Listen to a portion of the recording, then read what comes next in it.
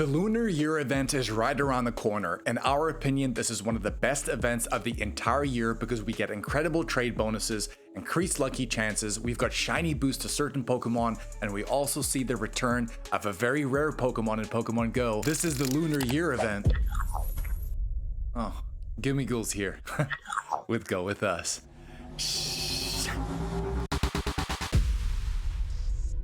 Let's get time and date out of the way, guys. The Lunar Year event in 2026 will be taking place this Tuesday, the 17th, running all the way until Saturday, the 21st at 8 p.m. local time. Let's move on to those bonuses now because we have some incredible ones. We have an increased chance to get lucky Pokemon in trades, so I'm just going to explain this very quickly. Whenever you do trade a Pokemon in Pokemon Go, it can potentially turn lucky. Once it does turn lucky, you have a 1 in 64 chance to get a hundo because the base floor on a lucky trade is 12, 12, 12. So this is a great opportunity, especially because we're still in the middle of the Precious Path season where we get 2 special trades per day. You really need to take advantage of this. Trade Pokemon as much as you possibly can. You can also trade 100 Pokemon per day. I'm going to give you an example. I've been trading something like a Dratini for so long because I really want a Hundo Dratini or a Shundo if I could ever possibly get it. I have traded tons of Dratini and I've got so many lucky Dratini during this event because the chance to get lucky Pokemon in trades is incredibly increased, so please make sure to trade your Pokemon. Along with that, we also get a chance to become lucky friends. In fact, I've seen instances where I am lucky friends with a trainer, make the lucky trade, but because we've just traded, that would count as an interaction, which means you could go lucky again with the exact same trainer and do another lucky trade right afterwards. This is an incredibly powerful bonus. Do not overlook this. The third one here, and it's a big one, is that Pokestops have the potential to turn gold. Now, what golden Pokestops do is that they pretty much multiply how many items you get by a lot. So for example, I've spun golden Pokestops and I've got up to 8 Ultra Balls, 10 Great Balls, a whole lot of balls, and potentially some other items as well. It's really, really powerful, so try and spin these as much as you can. It's going to fill up your bag very quickly. And the next bonus kind of coincides with that as well, is that we get an increased chance to encounter shiny Blitzel, shiny Darumaka, but most importantly, shiny Gimmighoul. I believe this is only the second or third time ever that we've been able to encounter shiny Gimmighoul in the game, and I'm going to explain how to do that in our tips a little bit later. Spawning in the wild, we can see Ponyta, Galarian Ponyta, Fuecoco, and rare response for something like Blitzel and Darumaka. There will be field research going down. We don't know what Pokemon might be available there yet, but probably a lot of the Pokemon in the wild. There is going to be a paid timed research ticket for a total cost of $2, and in my opinion, this is a very good ticket. For $2, you can get 200 Pokecoins, 2 lucky eggs, 1 incense, as well as more encounters with Blitzel and Darumaka. A collection challenge will also be live where we're going to have to catch all the Pokemon during the Lunar Year event, and we're going to get more encounters as well as Stardust. If you are considering buying that ticket, please consider buying it through the web store because you can progress through that web store track with your Go points to earn premium items, but along with that, you will also get 5 Ultra Balls buying this ticket through the web store at no additional cost. Those are the main details out of the way, but how do we maximize this with our top tips? And first and foremost, tip number 1, trade your Pokemon. You guys literally have 5 days to do this, which means in 5 days, you could do 500 trades, including doing 2 special trades per day as well. Guys, if you did 500 trades, believe me, it is a bit of a tedious task, but the amount of lucky Pokemon you would get can be incredibly exciting depending on what you are trading. We just did things like Dynamax Ho-Oh Raid Day, we did Kyurem Raid Day not so long ago. These are going to be some special trade Pokemon that have some high potential, and you may even have others from previous years, which would probably stack on top of this to make the lucky chance go even higher, because if you didn't know, if you trade Pokemon from previous years in Pokemon Go, they also have a higher chance of becoming lucky. You need to be trading as many Pokemon as you can. Try and hit that 100 trade cap per day because believe me, the amount of luckies you get and what you could potentially get as results, we're just going to leave some on screen right now. Trading Pokemon is one of the most underrated, arguably in my opinion, probably the most underrated thing to do in the game.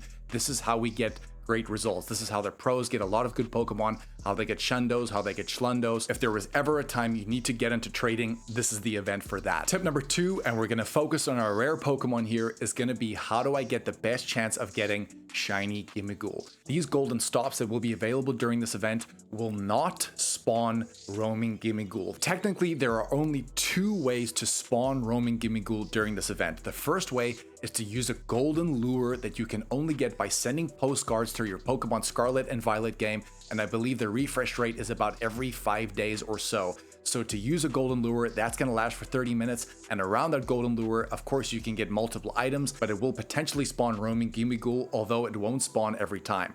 The second way, and it's definitely the more efficient way, is to use your coin bag. The only way you can get a coin bag in Pokemon Go, you need to go to Mystery Gift in Pokemon Scarlet and Violet, go to the Poke Portal, you need to connect to Pokemon Go and link your Pokemon Go account and send a postcard from Pokemon Go to your Nintendo Switch. That is how you will get access to your coin bag, and it actually refreshes every day at midnight, so you could use this 5 days in a row. This is going to be your best chance to spawn roaming Gimmighoul, which of course can be shiny. But even if you got a Gimmighoul and you wanted to evolve it into Gholdengo, you need 999 Gimmighoul coins, and the only way to get that is to use a golden lure or to spin these golden stops. There is no set amount about how many coins you get. We've done quite a lot of research, and it seems like per lure, if you were to use a golden lure, it seems about between 50 to 60 coins in a half an hour is kind of your average, but we have seen some examples where you can get over 60 coins in one spin. It really varies, sometimes between 5 and 25 or even 60 plus on certain spins. This is going to be the event to do that, because if you do get that shiny Gimmighoul,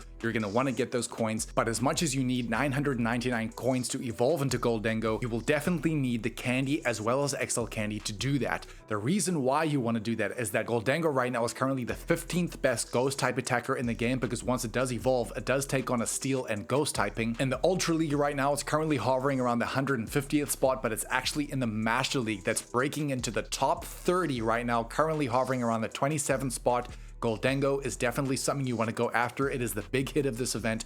Pop your coin bags, make sure you get as much candy as well as XL candy, and spin those golden stops so you can get enough coins to make the evolution. Tip number 3 is going to be about candy gains, and we've just discussed Gholdengo and why it's so important to get candy and the coins for this Pokemon. Because there are many different types of Pokemon spawning in this event, you need to Mega Evolve a Mega Level 3 Pokemon that's correlating with the right type. So the best example for this is going to be Gimmighoul. As we know, Gimmighoul is a Ghost type Pokemon, so I'm going to be Mega Evolving my Mega Level 3 Gengar because it does share that Ghost typing. At Mega Level 3, I get an additional 2 candy per catch without the use of a Pineapple Berry, but with the use of a Pineapple Berry, that's going to be granting me about 8 candy per catch, and I'm also going to get an extra 25% chance at getting more XL candy for this Pokemon because that Mega Gengar is at Mega Level 3. This is going to be your best way to do that. There are some other spawns that we're going to go through and our targets very quickly to see if you really do want to get the candy and XL candy for that. Please Mega Evolve your Pokemon. It's always the best and most efficient way to get candy, but specifically XL candy in Pokemon Go. Tip number 4, and we're going to make this a quick one, but on the day of this event, the start of this event on Tuesday the 17th from 6 to 7 p.m. local time, there will be a Horsey Spotlight Hour, which is going to be featuring the main bonus of 2x transfer candy. Please remember to make a 2x transfer candy folder in your tag folders, and I want you to put every single Pokemon that you've caught in the recent months, because we haven't seen a transfer hour in some time, from the raid days, any special events, all the Pokemon you want traded during that hour, put it in that tag folder, and you can trade them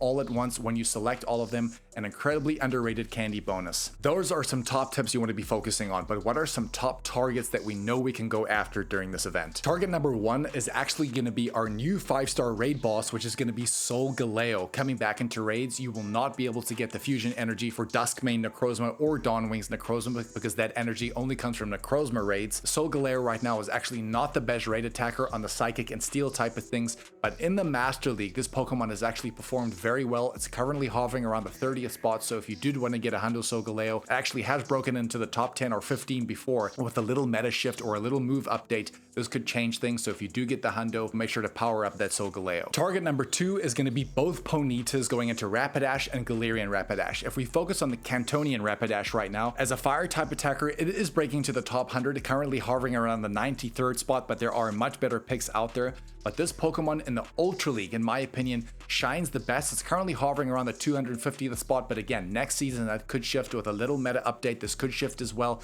but the main reason why is that it has access to the move Wild Charge, which does counter its weakness to water type Pokemon. So consider getting a good Ultra League Rapidash. On Galarian Rapidash's side, it's currently the 76th best Psychic type attacker. It's the 40th best Fairy type attacker, so as a budget option, this could be a really good one. I know a lot of us caught a few of these during the Go Wild area, so as a Fairy type attacker, a good budget option. Target number 3 is going to be Darumaka going into Darmanitan. Now, it's very interesting to mention here that if you did have have a D-Max Darmanitan that is still one of the best fire-type D-Max attackers in the game just simply because of how high its attack stat is, and even as a regular raid attacker, it's still breaking into the top 40 with Fire Fang and Overheat. This Pokemon is very glassy, but it hits tremendously hard. It has a really good DPS, so if you're looking for a fire-type Pokemon, Darumaka is a good pick. Our next target is going to be Fuecoco going into Skeledirge. Guys, Skeledirge, a very, very underrated Pokemon in the game, one of the best fire-type budget attackers in the game right now, breaking into the top 50, of course, with Blast Burn. As a Ghost-type attacker, it's ranked slightly better, currently around the 40th spot with Hex and Shadow Ball. In the Ultra League, this Pokemon is an absolute beast with Incinerate, Torch Song, and Shadow Ball. You do not need Blast Burn on this Pokemon in the Go Battle League, but it's also in the Master League as well, where this Pokemon is breaking into the top 100. Incredibly good Pokemon to use from an all-rounder point of view in this game. Make sure to get yourself a good hundo Fuecoco. We've actually done breakdowns for Enamorus Raid Day as well as G-Max Meow. Please check out these two videos. We stack everything in there and how you can really take advantage of those events. Trust me, they are very, very underrated for different reasons. And once those events are over, we will tag our new This Week in Pokemon Go episode. Guys, love you so much. Go with us. We are in the month of love. Appreciate your support. Please smash the like and subscribe button. We've listed everything you really need to worry about in this event. Love you guys. Go with us, and we'll catch you in the next one, baby.